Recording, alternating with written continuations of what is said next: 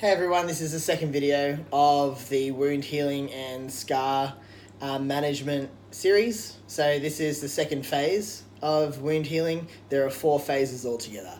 The second phase is inflammation, and inflammation occurs pretty much straight away as soon as you have had surgery or as soon as the injury has occurred. Okay, so post-surgery you'll experience a lot of inflammation, and inflammation is normal and natural and should occur. It just needs to be managed so that it doesn't, so that you can heal appropriately and as well as possible. So the inflammation phase is where all the immune cells, like the neutrophils, the white blood cells, neutrophils, and macrophages make their way to the site of injury, okay, or the site of where you've had surgery. And so in this case, they are attracted to this site based off the chemicals that were left by the platelets. And what they do is they come along and they treat the area. So they create inflammation, which is good because it keeps the blood there, which keeps the nutrients in the same place so that the blood will provide certain nutrients that will aid the healing, right? Or aid the production of the scar tissue. Okay, we keep all that stuff. It's like having everything you need in one place. And so the neutrophils and macrophages, they clean up the area, so they get rid of any bacteria, they eat old dead tissue, and as long as the area is approximate, the neutrophils and macrophages will help to seal it as well. Okay, they don't do the major sealing, they just create some of that. They just create some of that inflammation, and they clean up, and they do release some chemicals called growth factors.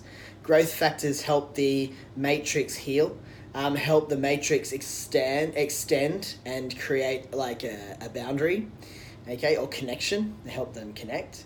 And so with the inflammatory stage, that happens within the first few minutes, and it goes on for days. And as you'll know, if you've had surgery, sometimes for weeks, and it depends on the depth of surgery, sometimes the area can re-inflame, and that's not a bad thing, unless you've become injured or infected. Okay. So, inflammation, how to enhance healing at this point. So the inflammation part, the way to enhance healing is to do the same stuff that you were doing before, which is taking quercetin and bromelain, eating well. So post-surgery is not the time to bring in all the crap that you're missing from eating clean for the first 2 weeks of pre-op. This is the time to continue your clean diet. Okay, so we just put this on the board. Continue eating well. You want to make sure you're really well hydrated as well. And I love to so stay well hydrated, and like you can really enhance your water. If you're drinking water anyway, you can really enhance it by drinking alkalized water. Or you can take some, within your water, you can take like a hydrolyte, or you can take alkalizing minerals or something. Just adding extra nutrients to your water is a really good idea. Because all that stuff's going to end up in your bloodstream, and that's going to aid this inflammatory process. It's going to aid healing at those areas. It's going to provide like the nutrients and the supportive cells that are going to help create the extracellular matrix, that are going to help create the scar, that are going to help your neutrophils and macrophages turn over more, which is really good. Okay, the more turnover you get, the more healing you get. So. The other thing you want to do at this stage is you want to keep the area compressed. Okay, you don't want to get too much inflammation. Too much inflammation is also bad. So compression keeps the inflammation at a reasonable level, and you'll notice that anyway, that your surgeon will have put bandages on, or have dressings, or tell you that don't move, like you have to stay on your back for a day, 2 days, or whatever. Okay, so just like make sure you're inactive. Make sure you leave the dressings on, even if it's really uncomfortable. Sometimes if it's really, really tight, you can get them loosened, because that's not good either. You don't want to restrict blood flow. But just, keep it in mind. Even if you're a bit uncomfortable, it's probably not a bad thing. You want to keep your diet clean, like I said. The other thing you can do at this stage is to take immune boosting products. So some really good immune boosting products to help your immune cells work better and to, improve the amount of immune cells you have. Things like zinc,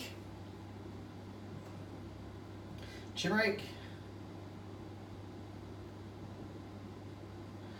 Okay, they're really important, especially zinc. So zinc is a macronutrient. You use it in every part of your body. So every system that you have, you use it in your hormonal system. You use it in your brain. You use it in your gut. You use it for digestive. You use it for your pretty much every system. So you're going to use it in your cardiovascular system as well. So if you're taking zinc, especially at a time when you're having surgery, it enhances your immune system. It's going to burn through zinc really fast. Okay, that's why I like to take like alkalizing minerals as well, because like they provide the other stuff like the phosphorus and the potassium that also going to get burnt through a lot, and the magnesium too. So other immune boosting supplements are like anything green. So you can, like, as long as you're having like green vegetables or green juices, or even if you have to go to that extent, green powders like Vital Greens or something, that's fine. Continue things like arnica. You want to continue arnica for a couple of weeks to help with the inflammation. It's really good at monitoring and managing the inflammation. And if you have any bruising or anything like that, it'll just get rid of it. It's amazing stuff. Other things like antioxidants. Antioxidants are really good for like so many different reasons. The main reason is that they help with the trauma to the body. So it helps the body heal the trauma on every level, including the emotional level, including the genetic level and things like that. So antioxidants are protective to the system while it's under stress. They also help the body heal.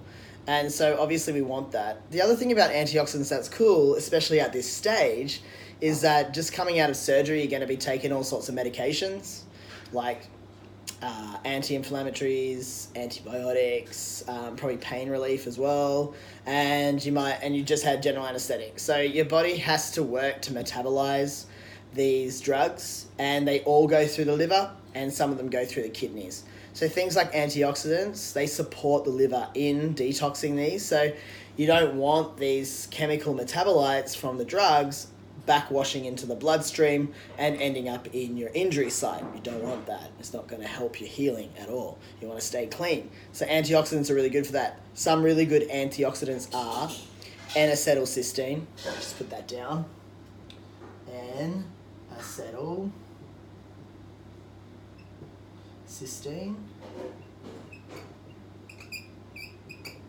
Another one is glutathione.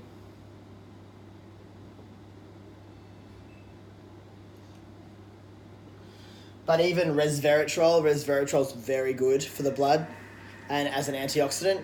And turmeric is also really good for that too. So you don't have to take everything. You can just say whatever you feel is right for you.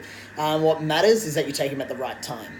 Okay? You can't outrun a bad diet. So even if you're just eating really clean and eating really good food and it's all really great, you've got some alkalized water going on, you're still enhancing your healing. These are just extra things that you can do as well if they feel right for you.